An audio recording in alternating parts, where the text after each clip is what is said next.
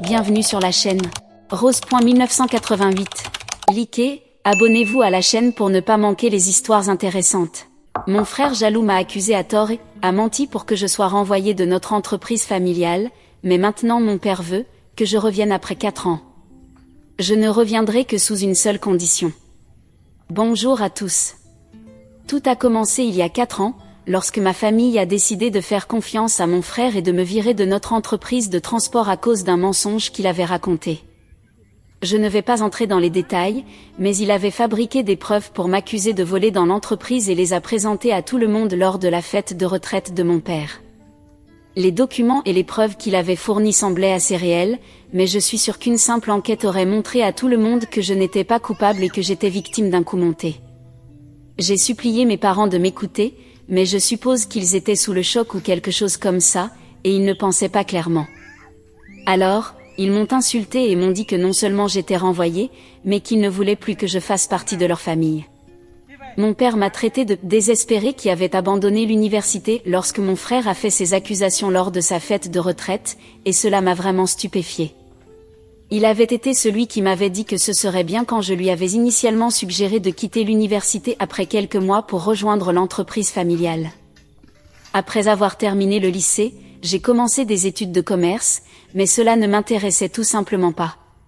Je ne pensais pas qu'un diplôme en commerce m'aiderait autant que l'expérience du monde réel, en travaillant aux côtés de mon père. Je lui ai donc dit, et il m'a répondu qu'il était d'accord pour que je quitte l'université, tant que je ne restais pas sans rien faire à la maison et que je travaillais vraiment dans l'entreprise. Et c'est pourquoi j'ai abandonné l'université, parce que mon père m'avait dit que ce serait acceptable.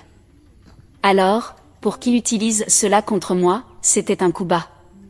J'avais 24 ans à l'époque, donc j'étais vraiment jeune et stupide, et après avoir été insultée, je suis simplement partie de la fête et j'ai décidé de ne plus jamais leur parler. J'étais trop orgueilleux pour penser à mon propre bien, et au lieu de porter plainte pour licenciement abusif et obtenir ce que je méritais, j'ai laissé mon frère me barrer la route, et il s'en est sorti en m'accusant de vol. Naturellement, l'entreprise familiale lui est également revenue après la retraite de mon père, alors que j'étais censée en hériter. Il venait tout juste de terminer ses études universitaires à l'époque et avait à peine 21 ans, mais malgré cela, mon père l'a laissé prendre en charge l'entreprise. J'étais vraiment bouleversée à ce sujet et j'ai même essayé de parler à quelques-uns de mes proches, mais eux aussi m'ont coupé les ponts, car ils croyaient aux mensonges que mon frère avait racontés sur moi. Il m'était également très difficile de trouver du travail après cela, car la rumeur s'était répandue que j'avais volé à l'entreprise de mon père, et la seule raison pour laquelle ils ne s'étaient pas souciés de poursuivre l'affaire en justice était que j'étais leur fils. Mais comme les gens pensaient que j'avais volé à ma propre famille, ils ne pouvaient plus me faire confiance.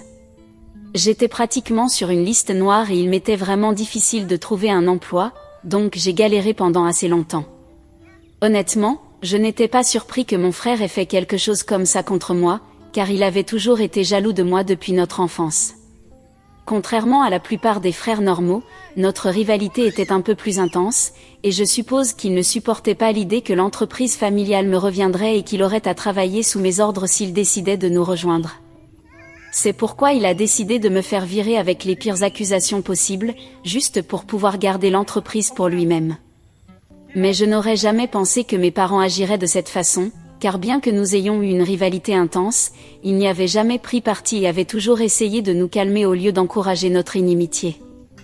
Donc, pour qu'il fasse aveuglément confiance à mon frère, c'était un choc pour moi. Mais plus tard, j'ai découvert que mon frère n'avait pas été totalement stupide. Il avait semé le doute dans l'esprit de mon père bien avant cette révélation et avait apparemment même soudoyé certains de mes collègues pour qu'ils parlent à mon père de mon comportement étrange et de certaines anomalies dans les finances de l'entreprise, afin de susciter des soupçons dans son esprit. Même ainsi, je pense vraiment qu'ils auraient dû au moins m'écouter et me donner une chance de prouver mon innocence, au lieu de simplement m'insulter et me chasser. J'aurais également dû être plus affirmé et un peu moins orgueilleux, et me battre pour ce qui m'appartenait légitimement, au lieu de le laisser s'échapper. Je suis convaincue que si j'avais décidé de porter plainte contre ma famille, j'aurais certainement gagné et l'entreprise aurait été la mienne, car j'avais travaillé dur pendant 3 ans et il était très évident que j'étais accusée à tort d'un crime que je n'avais même pas commis. J'ai commis une erreur à l'époque en laissant la propriété de l'entreprise partir parce que j'étais trop fière pour parler à mes parents. Je pensais que porter plainte serait comme mendier pour la propriété de l'entreprise, et je voulais leur montrer que cela ne m'importait pas. C'était vraiment une décision stupide, mais je n'allais pas répéter cette stupidité cette fois-ci. Cela fait 4 ans maintenant, et j'ai dû déménager parce que personne n'était prêt à m'embaucher dans ma ville natale.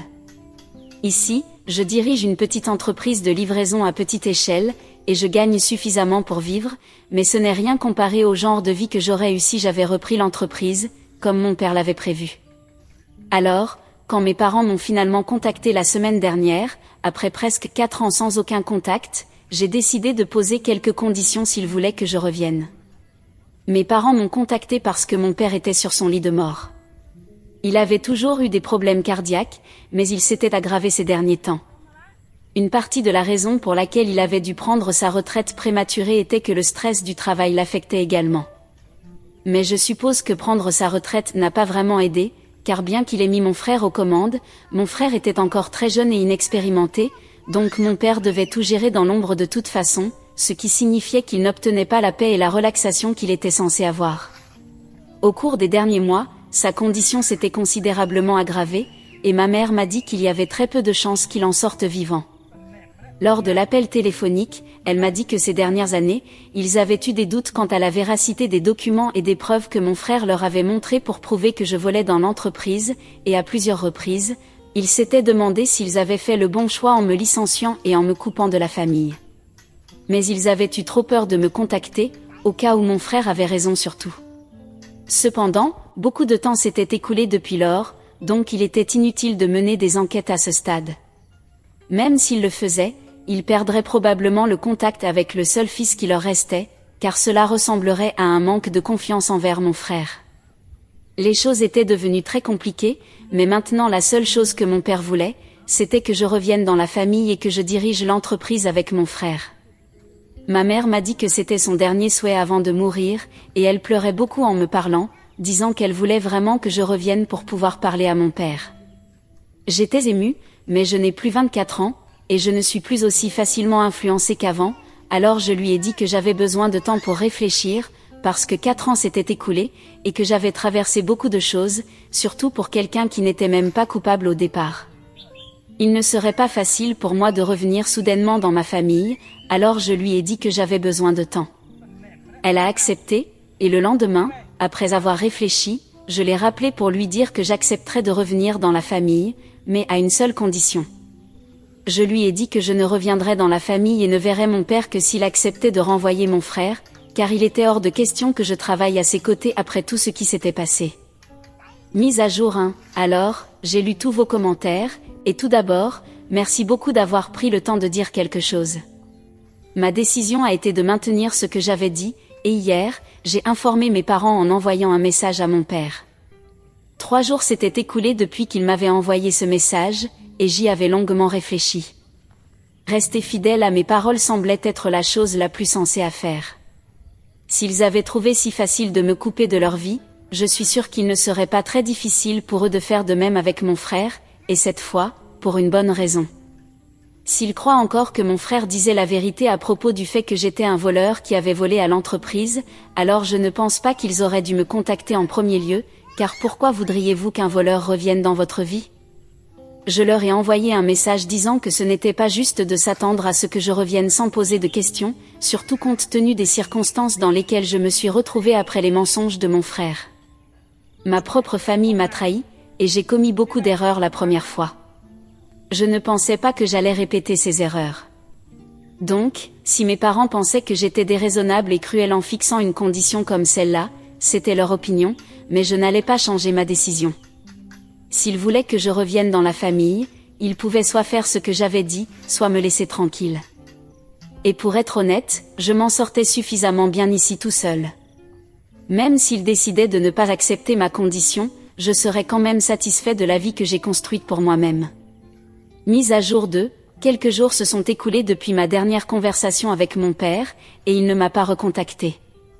Ma mère est également restée étrangement silencieuse, donc je n'avais aucune idée de ce qui se passait jusqu'à hier soir. Hier soir, en rentrant du travail, je me détendais quand mon téléphone a commencé à sonner.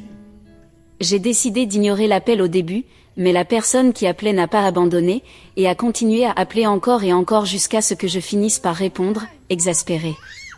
Il s'est avéré que c'étaient mes grands-parents, qui m'avaient également coupé les ponts lorsque mon père m'avait expulsé de la famille. Le père de mon père était décédé lorsqu'il était très jeune, donc c'était seulement les parents de ma mère et ma grand-mère paternelle qui m'appelaient. Dès que j'ai décroché, ma grand-mère a commencé à me dire qu'elle était déjà en train de perdre son fils, et qu'elle ne voulait pas qu'il souffre plus qu'il ne le faisait déjà. Elle m'a dit que la dernière conversation que j'avais eue avec lui l'avait profondément bouleversé, et qu'il avait pleuré pendant des heures après avoir raccroché. Elle a dit qu'elle ne pouvait pas le voir souffrir ainsi et qu'elle voulait que je revienne vers lui et que je lui parle en personne, car c'était la bonne chose à faire. Elle a commencé à pleurer au téléphone, et il m'a été très difficile de l'ignorer, mais je n'allais pas revenir sur mes paroles. J'ai dit à mes grands-parents que j'étais vraiment désolée d'avoir bouleversé mon père, mais que ce n'était pas mon intention. Je voulais seulement lui faire savoir qu'il m'avait laissé dans une très mauvaise situation, et que maintenant je ne me sentais pas obligée d'alléger ses sentiments de culpabilité. C'était tout. Je ne demandais rien qui ne soit pas juste, et c'était entièrement à lui de décider s'il voulait me laisser l'entreprise ou non. Mise à jour 3. Cela fait maintenant 2 semaines que j'ai parlé à mon père pour la dernière fois, et personne ne m'a contacté. J'étais assez certain qu'ils avaient décidé de continuer sans moi. Je me suis concentrée sur mon travail et j'ai cessé de m'inquiéter de ce que ma famille allait décider. Quelques jours plus tard, j'ai reçu un email de la personne la plus inattendue, mon frère. Dans son message, il m'a dit qu'il n'avait aucune idée que nos parents m'avaient contacté, et qu'il ne l'avait appris que quelques jours avant de m'envoyer cet email. Il m'a expliqué qu'il avait entendu parler de la condition que j'avais imposée, et m'a dit qu'il n'y avait aucune chance que j'obtienne ce que je voulais. Mon frère m'a dit qu'il était en colère contre nos parents pour m'avoir contacté, car cela allait à l'encontre de ce qu'il avait prévu. Il m'a dit qu'il avait gagné, car il était convaincu que maintenant que nos parents ne voulaient pas le perdre lui aussi, il ferait tout pour ne pas le froisser. Selon lui, cela signifiait que je n'obtiendrais jamais ce que je voulais, et qu'il valait mieux que je renonce, car l'entreprise était désormais la sienne. Je n'ai même pas pris la peine de répondre à cet email, j'ai simplement bloqué son adresse email et repris ma vie. J'étais déterminée à ne pas laisser ces paroles m'affecter. J'avais déjà construit une vie pour moi-même au cours des 4 dernières années, et je n'avais besoin de l'approbation de personne pour valider mes décisions. Aujourd'hui, cependant, j'ai reçu un message de mon père. Il m'a dit qu'il avait beaucoup réfléchi à ce qui s'était passé et qu'il avait décidé de ne pas renvoyer mon frère. Les choses allaient rester telles qu'elles étaient. Il s'est excusé profondément pour la façon dont il m'avait traité, et a dit que lui, ma mère et le reste de la famille étaient vraiment désolés. Il a mentionné que sa santé s'était légèrement améliorée depuis la dernière fois que nous avions parlé, et que les médecins lui avaient dit qu'il n'y avait pas de menace immédiate tant qu'il prenait ses médicaments à temps. Par conséquent, il ne voyait plus la nécessité de faire de grands changements dans l'entreprise. Cependant, il m'a offert quelque chose d'inattendu. Il m'a dit qu'il serait prêt à financer ma nouvelle entreprise, car il savait que j'avais créé une petite entreprise il y a quelques années, et que je la gérais. Il s'est proposé d'être l'un de mes investisseurs, comme une façon de corriger les erreurs qu'il avait commises dans le passé. Malgré tout, je ne suis pas sûre de vouloir accepter son offre. Je vais y réfléchir, mais pour l'instant, je préfère rester éloignée de ma famille, comme je l'ai fait au cours des dernières années. Dernière mise à jour. Bonjour à tous. Merci de m'avoir envoyé vos mots d'encouragement ainsi que vos conseils. Cela m'a donné la motivation nécessaire pour surmonter toutes ces épreuves. Cela fait maintenant 1 an, et je suis ici de nouveau pour vous raconter ce que j'ai vécu. La vie après avoir refusé l'offre de mes parents a beaucoup changé. Je maintiens toujours mon petit business, et petit à petit, l'entreprise se développe. Ce n'est pas aussi grand que l'entreprise familiale, mais au moins c'est quelque chose que j'ai créé par moi-même, sans dépendre de personne. Pendant cette dernière année, j'ai reçu quelques appels de proches, principalement de ma mère, dans l'espoir de nous réconcilier. Cependant, les blessures que j'ai subies sont toujours là, et je ne suis pas encore prêt à rouvrir complètement mon cœur. Ma mère pleure beaucoup, et parfois je me sens coupable, me demandant si je devrais pardonner et revenir. Ce qui me fait le plus réfléchir, c'est l'état de santé de mon père. Chaque fois que ma mère appelle, elle mentionne toujours que sa santé ne s'améliore pas du tout. Je sais que son temps est limité, mais il est difficile d'oublier ce qui s'est passé. Mon frère continue de diriger l'entreprise, et nous n'avons pas reparlé depuis la dernière fois. Malgré tout, je ne ressens plus la haine que je ressentais autrefois. Peut-être que le temps a vraiment le pouvoir de guérir. Récemment, j'ai reçu une lettre de mon père. Dans celle-ci, il s'excuse encore une fois de ne pas m'avoir fait confiance, et il exprime son dernier souhait de me voir avant qu'il ne soit trop tard. Il ne mentionne rien à propos de l'entreprise, il veut simplement une rencontre entre père et fils, sans autre prétexte. Je me suis assis à lire cette lettre pendant des heures, incapable de m'empêcher de penser au moment où nous travaillions ensemble, aux leçons que j'ai apprises de lui, et à l'amour père-fils que nous avions autrefois partagé. Je sais que cette décision n'est pas facile. J'ai essayé de vivre sans ma famille, mais maintenant je me demande si je devrais le voir une dernière fois, non pas pour les affaires, mais parce qu'il est mon père. Peut-être que c'est ma dernière chance de faire quelque chose sans regretter plus tard. Je n'ai pas encore décidé ce que je ferai. Mais je sens qu'une partie de moi penche vers le pardon, non pas pour lui ni pour ma mère, mais pour moi-même. Peut-être est-il temps de mettre fin à cette bataille, non pas avec soumission ou acceptation, mais en lâchant le fardeau que je porte en moi. Quelle que soit ma décision finale, je la prendrai avec calme et clarté, sans être contrôlée par le passé. L'histoire n'est pas encore terminée, et j'espère que le prochain chapitre me mènera à une fin plus heureuse. Quoi qu'il en soit, je continuerai à partager avec vous ce qui se passera, car c'est votre soutien qui m'a donné la motivation de continuer à avancer sur ce chemin.